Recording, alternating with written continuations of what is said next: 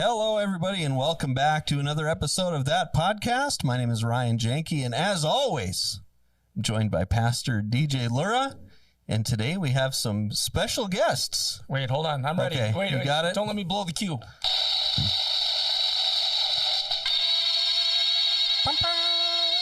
So long. It's terrible. So today, as I said, we've got some special guests. We have Arlin and Sarah Fisher and Jodi Plecity. It's great to have you here. Welcome. Thank you. Thanks for having us. Yeah. Now, this is going to go on for a long time. And I hit the mic with it, so you're going to hear this. So how's everybody doing? Are you enjoying the sub-zero?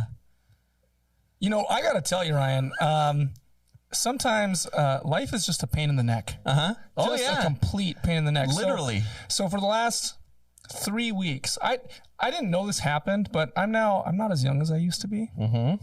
I'm in the 4 O's. Yep. I've been there for a while, so I had a good run. Yeah.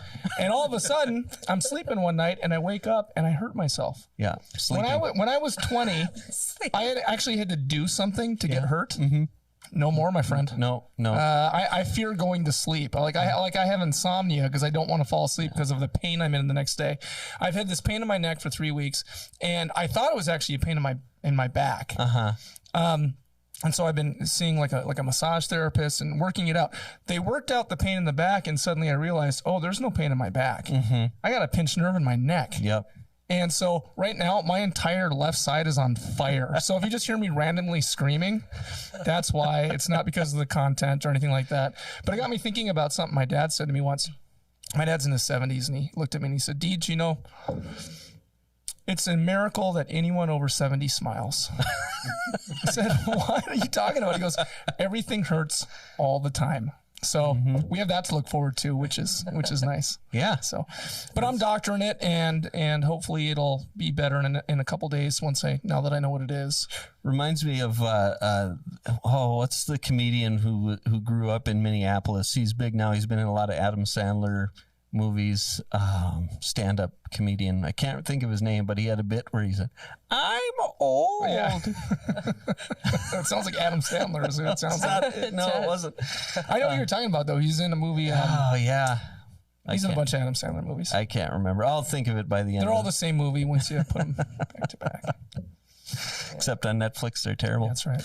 So aside from that, I feel great. Yeah. Life is good. Yeah.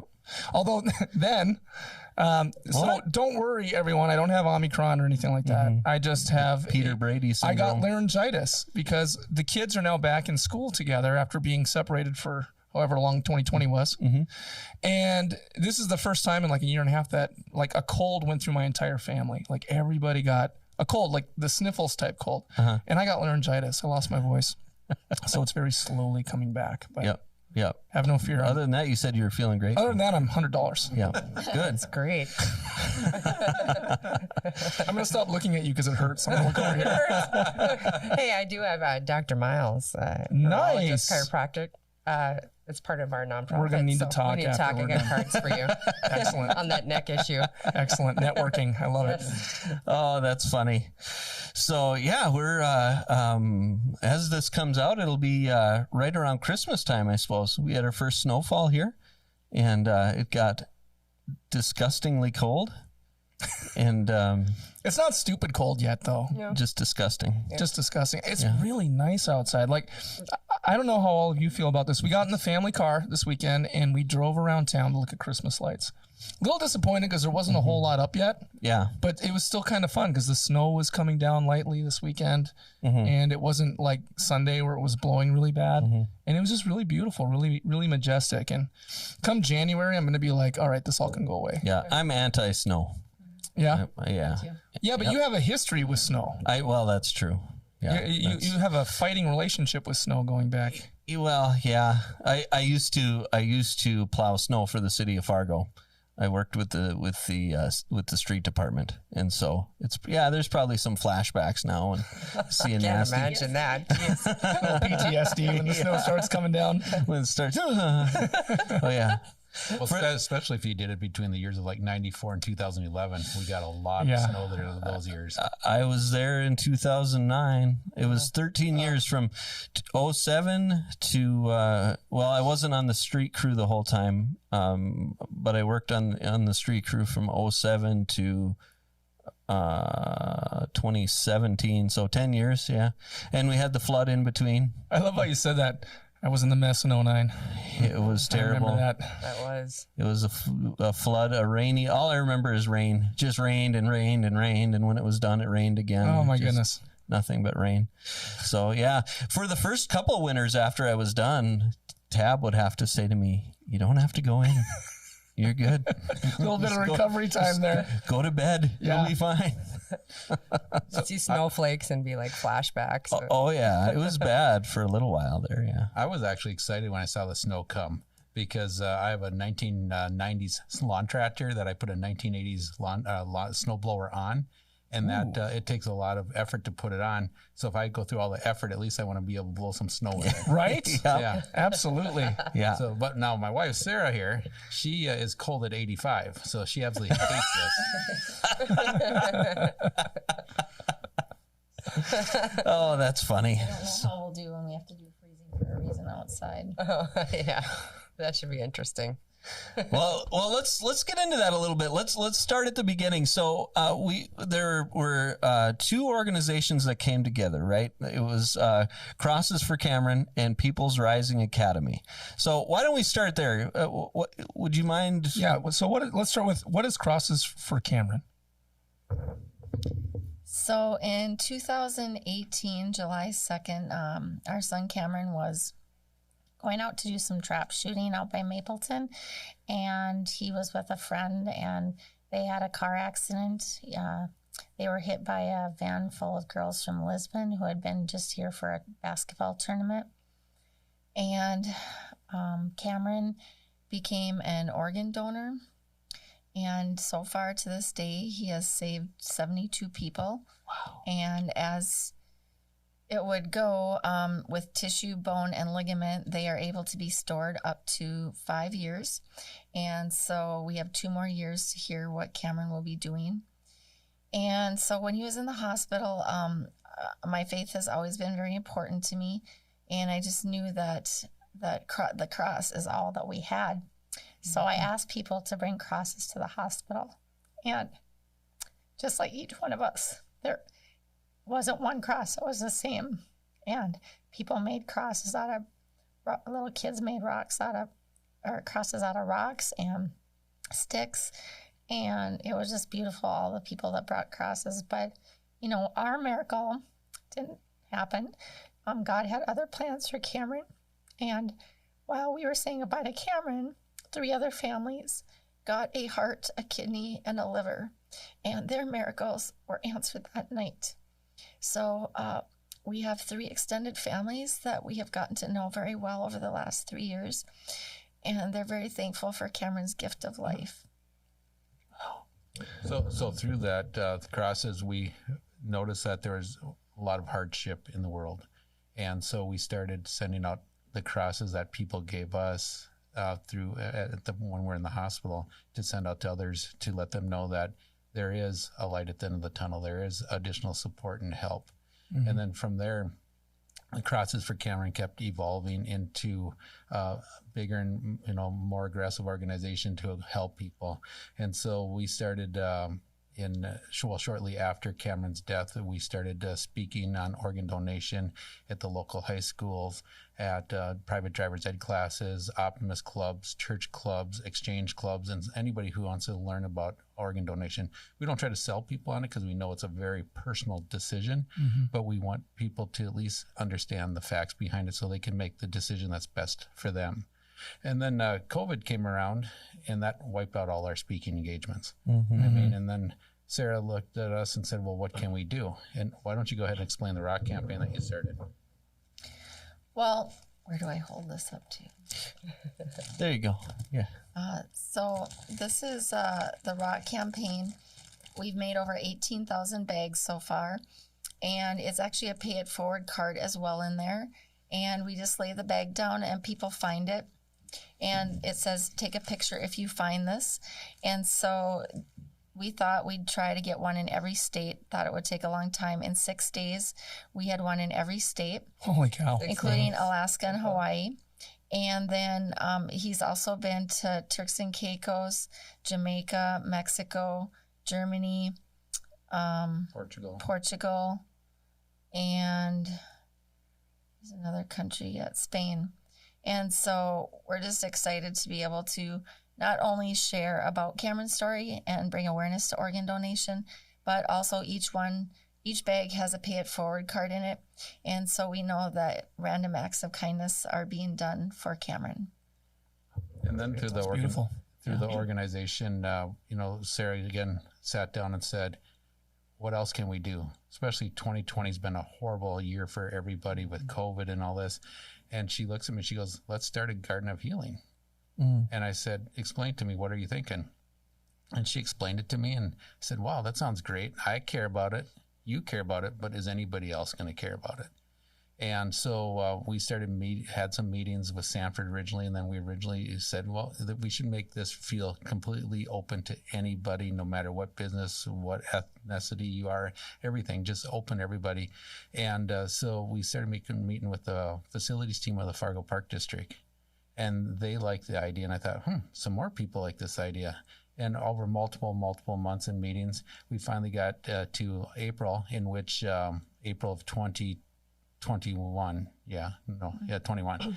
And that's when the park we met with the full commission of the park district, and we went through it with them, and we had only one question come up during that meeting. And I was actually worried at first because other groups went through first, and they just got bombarded with questions, and I thought, oh my gosh, we're in trouble here.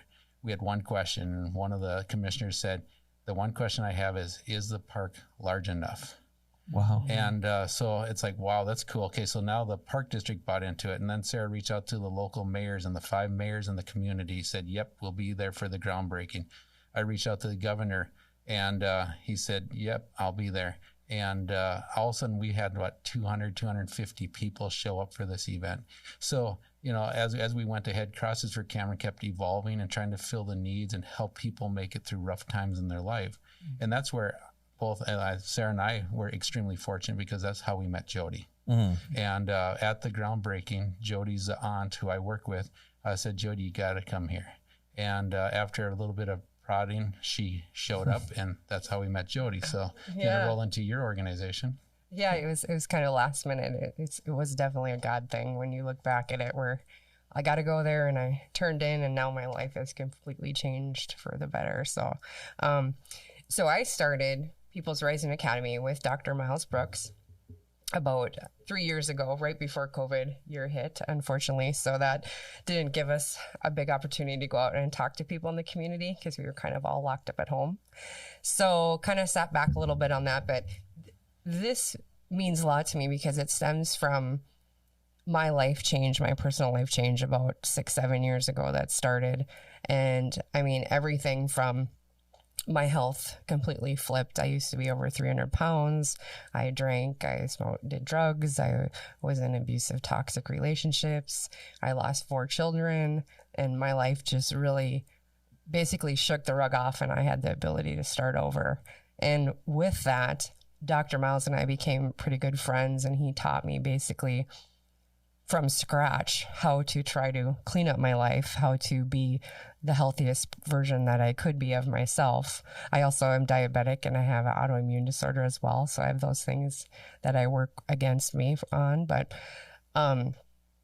this program I said, we have to make people aware that life change can happen, no matter how rough it is, how long you've eaten bad, how long you've drank or like any of that type of stuff. It can always change.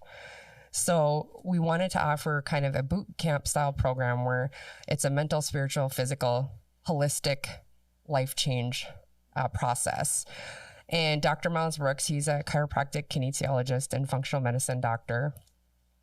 And with his knowledge, it just amazed me how just changing like the nutrition, the things I ate, helped the fatigue, my weight problems, the depression, all of those things that I was struggling through. And it's just incredible. And I was just blown away by it. And I said, we have to create something to help people with what we're doing, because it's more of a preventative medicine.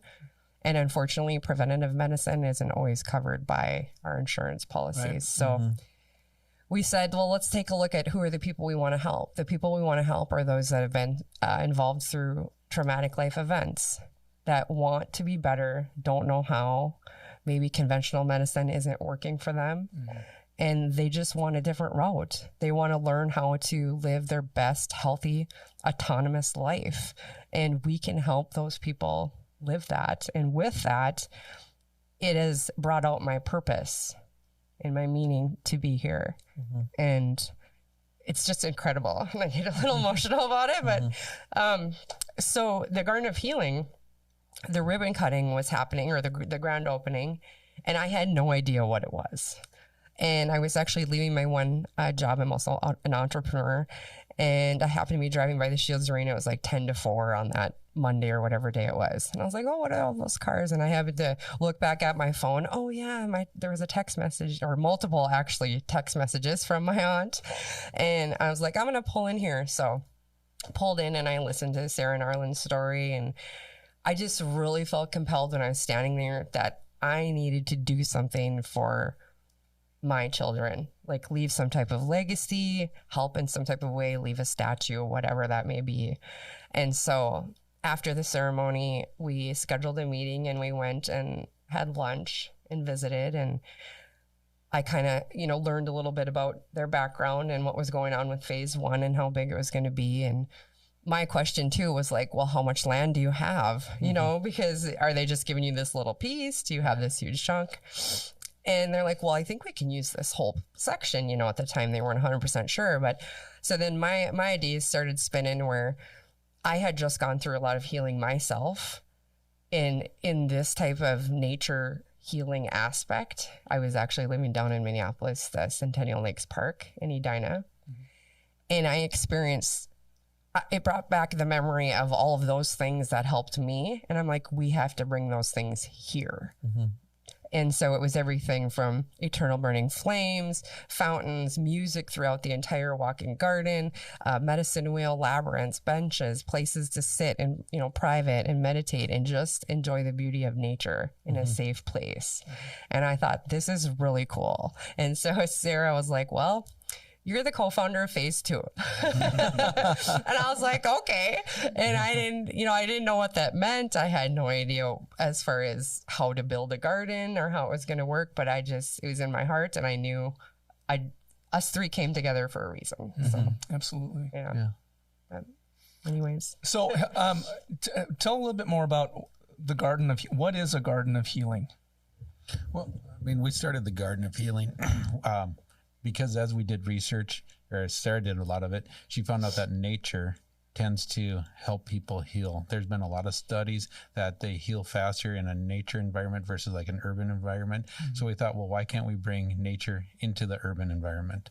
And so with this, the phase 1, is much smaller, and Jodi will show you some others for phase 2 of what we're doing. But phase 1 is roughly 40 feet wide by 60 feet long. It's located in the Urban Plains Park, which is located just north of 32nd Avenue and to the east of 51st Street. And so that'd be the east of the Shields Arena. So if you know where the Shields Arena, it's right in that area. And so in that park, our vision is we wanted to have a lot of greenery, a lot of color within the park to just allow people to sit down on a boulder or a bench to relax, reflect, and work on their health. And, move that way. So in phase 1, we have roughly over 200 plants. We have many big boulders in there. We have a bubbler that comes up, basically it'll push water up in the center of 2 rocks, and it bubbles down to give that water noise for calming effect.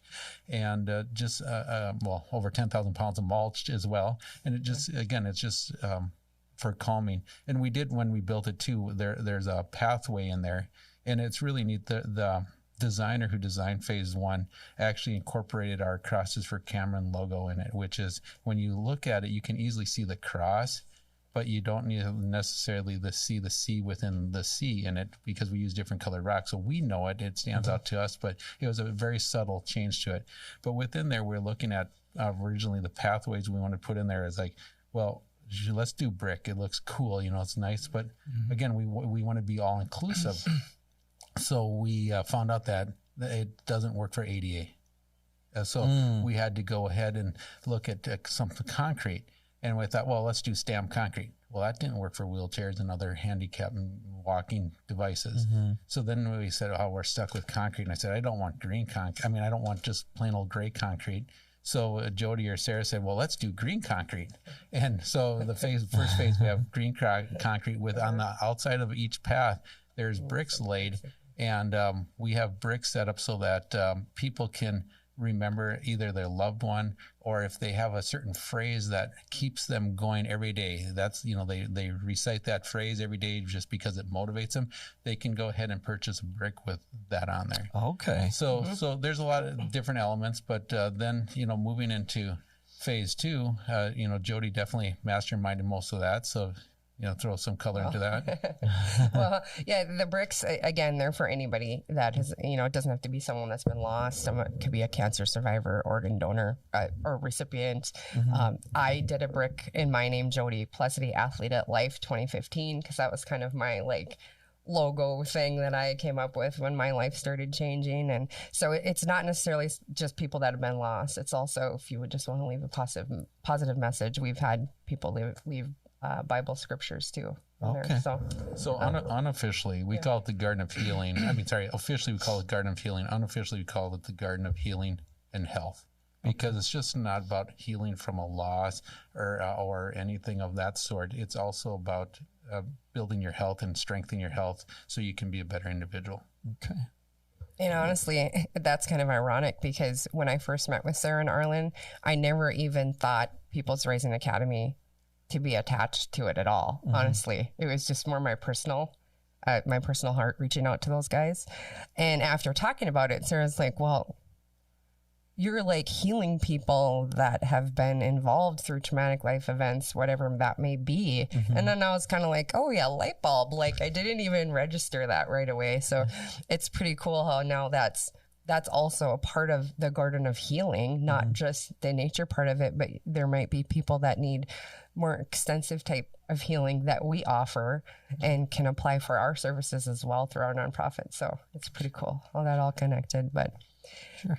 And Jodi's youngest son, he also was a donor. She donated his entire body to the U of M for research because he had the rarest form of spina bifida. So through us, she actually realized that her son was a donor too. And she's like, I didn't even she knew that, but it didn't come together. yeah.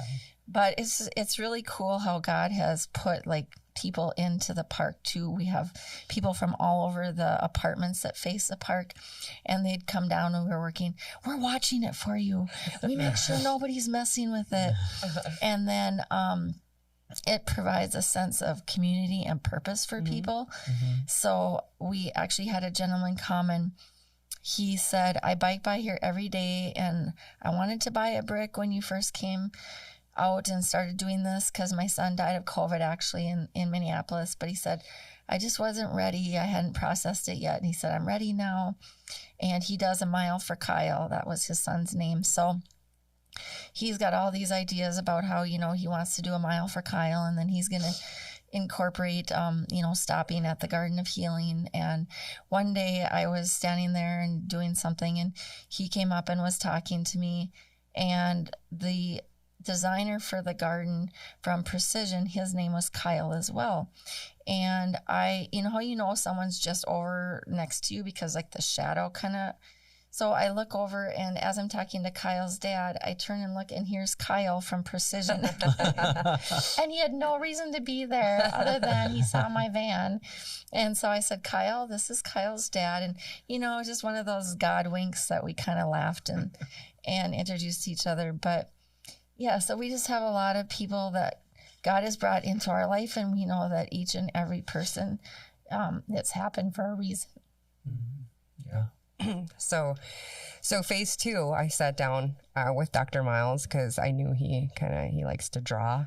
And I told him, after meeting with Sarah and Arlin, I'm like, I got to draw this garden. Like, let's sit down and it's got to have this and this. Like, I was envisioning it, but he took everything I said, like 2 days later, came back and he had this drawing of exactly what I had described to him.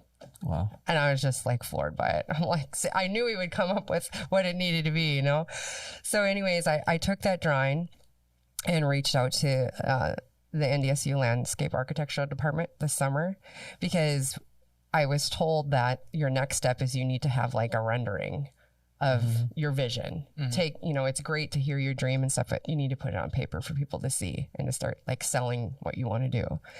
And so to do that alone is like tens of thousands of dollars when you hire like an architectural company.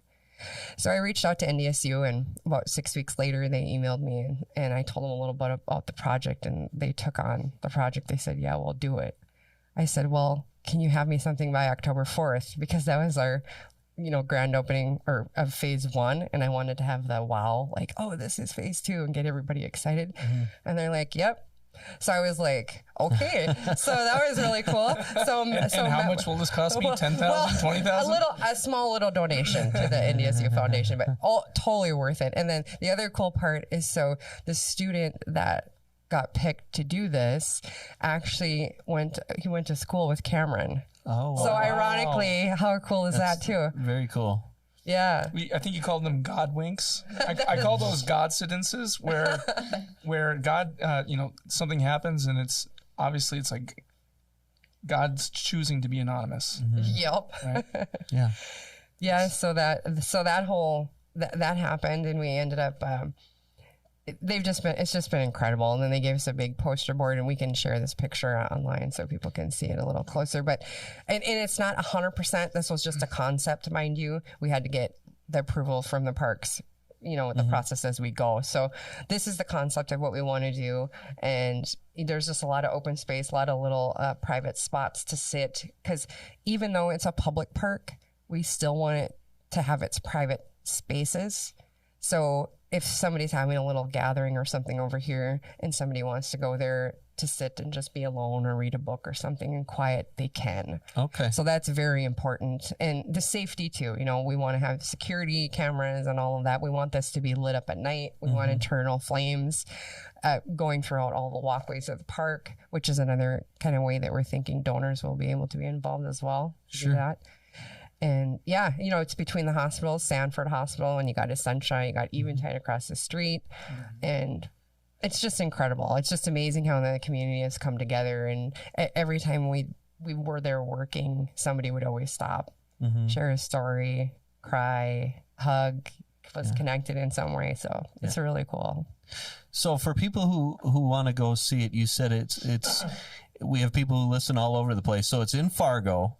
At the corner of 32nd Avenue and 51st Street. Is that what you said? And it's did you say it's the northeast corner of that intersection? That's correct. Yes. No, it'd be northeast. So north side of 32nd and east of 51st. Okay. Right. So, and we can show a map. Eventide is just to the west of it. Eventide would be to the southwest. To the southwest. Southwest. Okay. Yep. So okay. it's very close to the arena. Okay. Yeah. And so that is phase 1, and you said that's 60 by 40 feet? Correct. That's the size of it? Okay. And so phase 2, when and where is that going to go? Do you have an idea of when it might break ground and where in relation to phase 1? Well, phase 1 will sit inside of phase 2.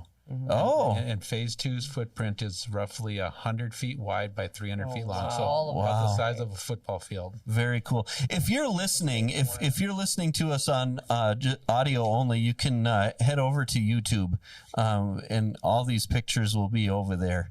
Yeah. So you can take a look at what we're looking at here right now. So I see a prayer labyrinth. Is there more than one prayer labyrinth?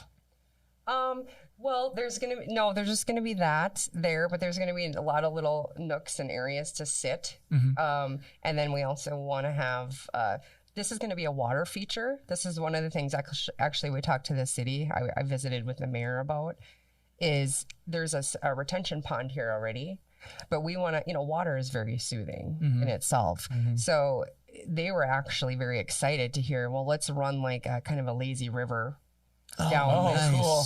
Because honestly, the 32nd Avenue is really the only kind of eyesore of this park because of the traffic.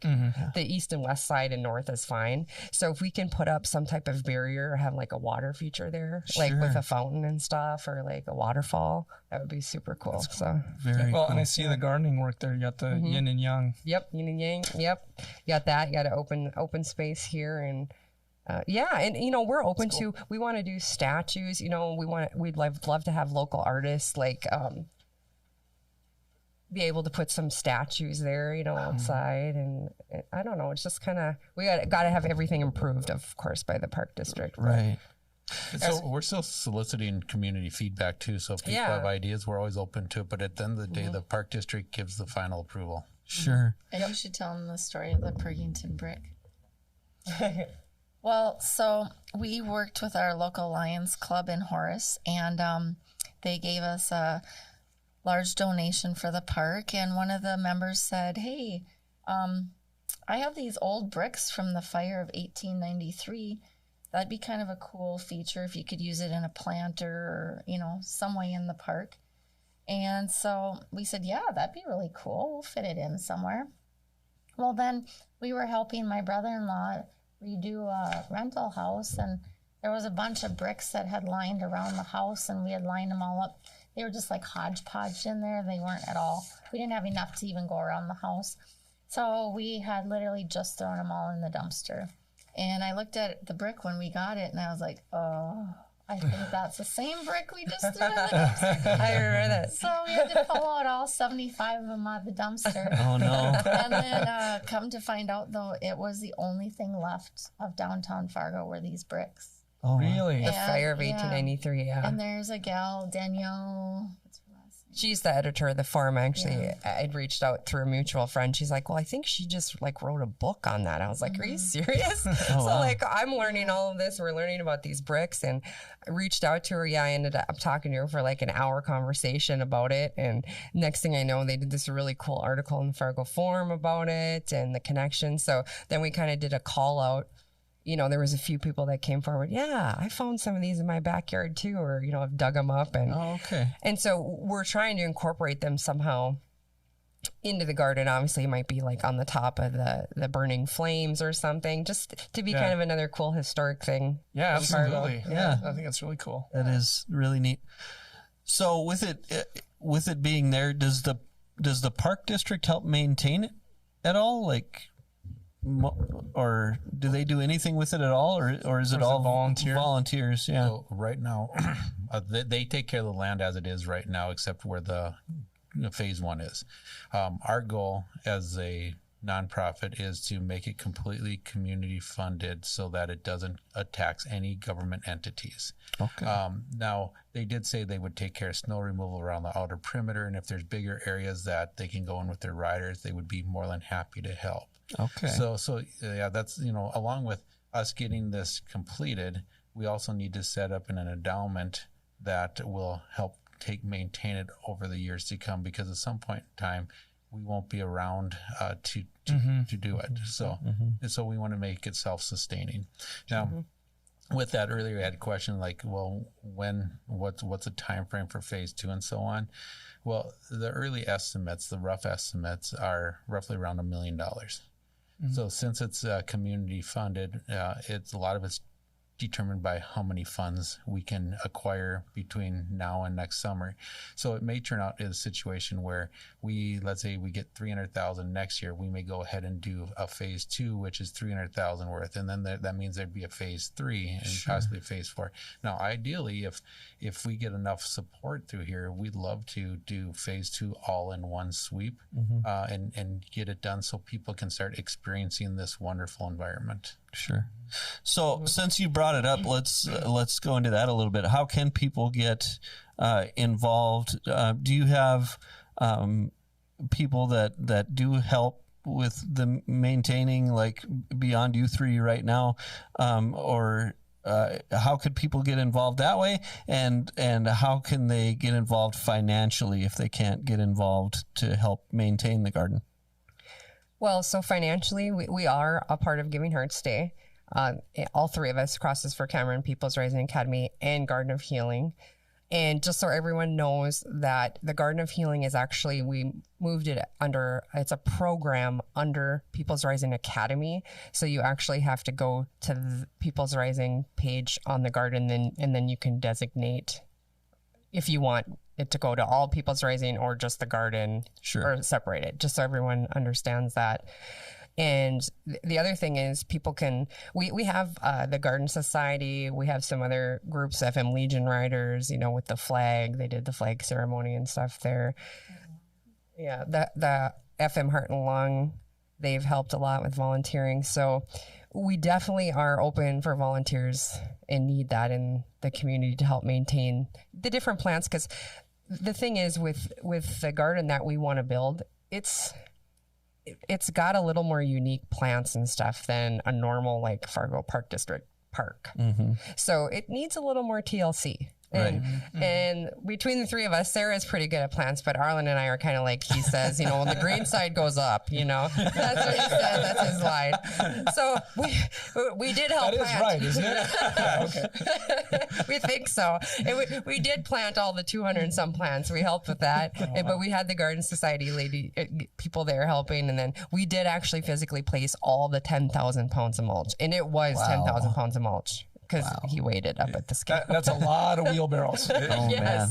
In like a half a day we did it. So it was awesome. Really? Well, and we had some great volunteers. I mean, Garden Society were awesome. They helped us with plant selections as long as Shea West. They were instrumental in that. But I still have to remember I have to think back and chuckle. When we were putting out the mulch, we had some young ladies and men come. And all of a sudden I'm looking over and there's this young lady dressed kind of almost to the nines, wearing high heels and shoveling mulch. It was like, how awesome is this? It was fun. It was a lot of mulch though, but we got it all down and everything looks beautiful now. So along with, like Jodi pointed out, so we have the People's Rising, we're part of Giving Hearts. We also have a website in which if people want to buy a brick for one of their loved one, or just, for whatever, whatever saying keeps them going, they surely can go out to our website, purchase bricks. We'll have other things where you can sponsor a boulder, sponsor a park bench, things of that type, trees. Trees. We're still ironing out those details. We're also honestly looking for people who are willing to do in-kind donations. So if you're a landscaper, if you're a horticulturist, you're whatever, you want to bring your skill set to it or your product to it, we would be happy to do in-kind as well. Okay. Yeah, just send us an email. You go to gardenofhealingfargo.com. Okay. You can reach out to us. So two things that have just been kind of in my brain, one of those God winks, is as you've been talking about it, there's this phrase in Hebrew, Rapha Yada Enoki Elohim. It's from Psalm 46:10. It means be still and know that I'm God. That's what I hear, and that's what this is saying to me. Just the vision of it and this place for people, not just to think about being part of something that's meaningful, but to actually get your hands dirty and to experience it and have it long. I mean, you're creating a sacred place. Mm-hmm. Yes. And along with that, and I love that it's outside, and I'm curious to see what it's like during the winter. I'm going to have to drive by and just take a peek because it's wintertime. But people may not realize this, but wherever there's life, we breathe a certain way. Every breath we take is God's name. In the Old Testament, Yahweh. When you breathe in, you make a Yah sound. When you breathe out, you make a Ha sound. So every breath we take is praising God's name. And when we're calm and peaceful, maybe meditating or at, in the Garden of Healing, it comes out as Yahweh, Yahweh. When you're running, it's Yahweh, Yahweh, Yahweh, Yahweh. So regardless of what your faith background is or your spirituality, we're created in such a way that we connect with God with breathing. And breath is the Holy Spirit. Be still and know that I am God. That way of saying that in Hebrew is meant to be repeated over and over again as a way to exercise your breath. And the word ruah in the Old Testament is the word for spirit. So spirit and breath, Holy Spirit, is all that together. And that's what's coming to me as you guys have shared this vision and what you're bringing about. It's a very exciting thing. Thank you for sharing that. I actually need to write that down. Yeah. That's really good. I got to get some bricks. I'll get some bricks. We need some ambassadors for the Garden of Healing effort.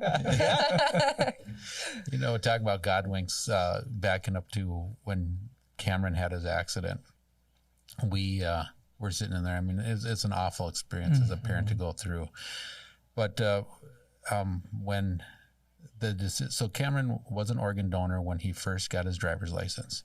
He ended up going hunting. He lost his wallet in the weeds, which had his license, so his license was lost. He went back to get his license reissued. And when he's at the DMV, there's a series of about 6 health-related questions, and mixed in there is do you want to be a donor? Well, he was in a hurry, so he just marked no for everything. And so on his license, it actually said no, he wasn't going to be a donor. So then that puts it back onto the family if they want to be a donor or not. So at the point, we had wonderful support up at the hospital. I think other than nighttime, we always had about 30 people there. It was just ridiculous. And Sanford was wonderful. They gave us a whole meeting room on the ICU wing to utilize as our camp to set up. Anyway, so we got word that Cameron wasn't going to make it. They run about a series of 5 different tests to see brain activity. And unfortunately, it came out where the 5th test, Cameron failed, showing his brainstem no longer had activity. So a decision had to be made if he donated or not. So I pulled everybody out of the room, and the only people that remained in the hospital room were Sarah, her ex-husband, and her 2 children. And they needed to make a decision. And Sarah was in there, talking about it. And finally, she just said to her 2 children, her ex-husband, she goes, well, if this was Cameron that needed a heart or a lung or a kidney, would you hope that someone would donate one so he could survive? And at that point, the family all agreed. But also at that point, a rainbow came out on a semi-clear day. And we have pictures shot from outside of the hospital as well as inside, where it looks like it came right down into his room. Wow. And That's pretty cool. I mean, you can try to say it's coincidence, but there was a lot more work in that. And we have had this experience more than once. I mean, during our grand opening of phase 1, if you ever been out to Urban Plain Park, make sure you put a lot of hairspray in or something, because it's Hold your hat. It's windy there. It's a wind tunnel right there. That's why we want to put up a bunch of trees to block the wind. and It's going to be a good kite flying place. exactly. Well, in the day of the grand opening, I'm thinking, oh my gosh, this is October 4th. And I mean, we're doing this outside. We're going to have some horrible weather. Something's not going to go right. It was the calmest day I've ever seen. I mean, the flags were completely still. So we truly believe that Cameron and God were looking down on us to make this day super special. Yeah, He's pretty still- bizarre. He's still in know. That is for Fargo. That is crazy. Yeah, it is. October 4th, and it was hot. The sun was shining, and Really? I mean, it was at 11 o'clock on a Monday morning, so a lot of people were able to play hooky from work and just kind of hang out because we had lunch, and we had probably 300 people there. Wow. It's pretty awesome. That's great. To see. That's cool. Yeah. Very cool. So Is there anything else you'd like to share about it? Otherwise, I have some fun stuff fun stuff. for us to. Got some pictures at the front of the table here. But first, I want to know if there's anything else you'd like to share. Anything you'd like people to know about either of the organizations or about the garden or anything else. I think just that to people to understand that this is a place of healing, and nature is healing in a lot of ways for a lot of people, and even goes with what you said with the breath, which I really liked. But we just really believe that the community will come together to help this happen in more ways than one, because we got somebody big on our side, I think, to make this happen. So just wanted to remind people that, financially, in-kind donations, all of that, if you have an idea, reach out to us. Cool. Yeah. Well, and I was trying to think back how many missions trips with Atonement. We went to New Orleans, we went to Minot, we went to Minneapolis when Pastor Andrea was here. And if people haven't been on a mission trip, you have to go on a mission trip. It'll change your life. Yeah. Because people know you're there to help them, don't even know them, and that's life-changing because they know that you gave up your time. And the other cool thing is nobody asks if you're Lutheran or Catholic or Baptist or Mennonite. We all sat together. We had worship time after we got done working our butts off. And, you know, like the Mennonite women couldn't go out because they couldn't wear hazmat suits. They have to wear dresses. Mm-hmm. But they can cook amazing food. And that was their gift. And so I kind of think of the garden as like a mission trip. Mm-hmm.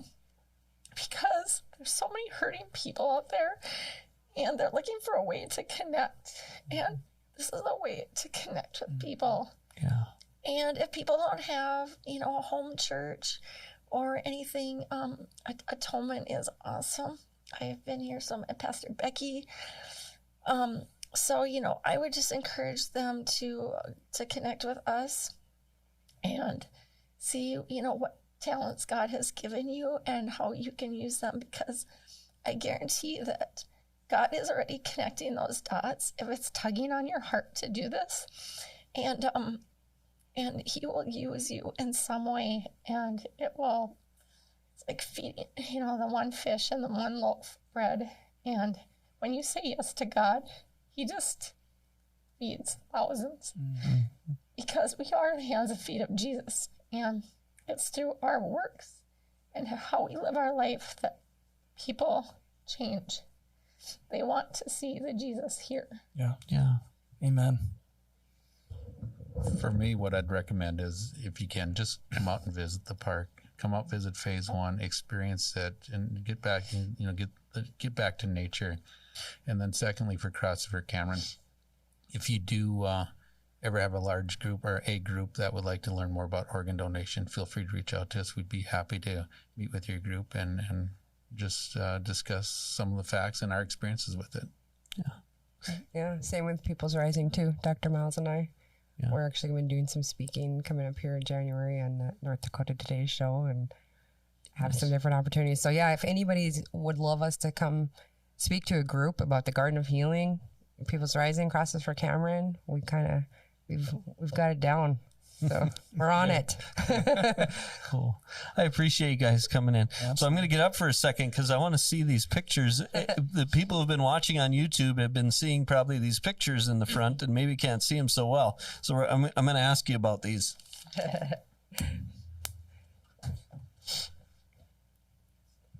right. Let's grab them all, right? Mm-hmm. Do you want me to be your Vanna White? Yeah. Oh, you know what? I do want to describe our logo too. So our logo, sure. Garden of Healing. So if you notice, the roots come down. So we rooted with the Crosses for Cameron and People's Rising. Oh, that's kind of where that's neat. Okay. Yeah. So that kind of made sense that the Garden of Healing grew from those two connections. Okay. Yeah. Very cool. Very neat. Yeah. And that's Dr. Miles and myself under People's Rising, and then Sarah and Arlin under Crosses. Okay. Now just keep that picture of me in mind before we get the last one. So let's always focus on this one. Okay. All right. So next we've got some. That's phase 2. Phase 2 right there. Concept. Okay. Yep. Okay. Yep. And that is a concept. I mean, there's high probability there's going to be changes, but it's a starting point for us to roll with. Okay. Yep. Oh, I do want to point out one other thing. We are taking applications for landscape architectural firms interested in this project. Okay. Got a couple. So our deadline is within the next couple of weeks. So just to note that if there's any firms out there that show interest and want to, more info on the project, I can email them. So, So when this drops and you're hearing this, you have about 3 days. you have 3 days to get it together. Days from now. 20 pages or less. To get a full-blown RFP in. No problem. No biggie. I'm saving this one for last. Okay. Yeah. All right. So Sarah and I, we were at, that was the North Dakota Today show. Yep. Oh, cool. One of the times we were there. Very cool. Yeah. All right. Now this is the one I've been looking at since we got here. I just want to say there is video as well. A YouTube video on the Garden of Healing Facebook page. So there was a contest that you had 30 seconds to do kind of a dance about your nonprofit to win a commercialized kind of a video. That company would put that together. So I talked to Sarah and Arlin, and we had a couple of the costumes, and we've been trying to get Arlin to wear the green frog costume, and he was a really good sport about it. We did give him a guitar to cover areas. Arlin, listen, you got to own this. You got to be like, I make this look good. A little form fitting, it looks like. Well, now I know what a stuffed sausage feels like. No, it was. I mean, it was something we competed for. It was worth a $10,000 professional production. Unfortunately, we didn't get it. We're happy for the group that did. But I told the ladies, if we can earn $10,000, I'll put it on again. So this is on video. So if anybody wants to hire us out, we will show up in the costumes and talk about the Garden of Birthdays, Healing. bar mitzvahs, weddings. For the $10,000 donation mark, Arlen will put it on. You know what that reminds me of? Did you ever watch the show Victorious? Oh yeah, that's a staple in my house. Remember the Diddly Bops? Oh yeah. That episode, that reminds me of the Diddly Bops from Victorious. It was fun. Oh, that's great. Sarah and I voted Arlen in that. We're like, well, it's 2-1, so. It's fun. So, well, thank you so much for coming in and sharing and telling us more about the garden and how we got here. It's a hard story, but very, very cool project that you have, that you put together. I appreciate it. Well, yeah, thanks for having us. Before we leave, would you say a prayer for us Absolutely. for the garden and Absolutely. Yeah. rising? Yeah, let's pray. Heavenly Father, thank you for this opportunity for us to talk and get to know about what you are doing in the lives of everybody who's involved with the Garden of Healing and Crosses for Cameron. And, you are bringing healing. You are bringing hope. So often, Lord, you show up in places that we don't look. You show up in a cross. And you are bringing life out of death. So we ask blessing upon the Garden of Healing, upon the ministries that have been shared today, on those who have spoken and shared, that you would bless what they're doing, that you would bless their ministries, that you would bring goodness and hope and life to people who are hurting. We were talking earlier today about darkness, and that at Christmas time, the promise is that into the world has entered a light, and that light is your Son, Jesus Christ. May he be our comfort. May he be our strength. May he shine his light, and may that bless people for generations to come, and may that be the case with the Garden of Healing. All this we ask in Jesus' name. Amen. Amen. Amen. Thank you. Oh, we got one more thing. One other thing. So this is a Giving Hearts Day event that we got asked to be involved in, the FM Legion Riders. It's freezing for a reason. And we will be staying outside February 4th. 4th, 5th, and it's the 4th and 5th, raising money for the nonprofits, the few nonprofits that were selected to be in the tent.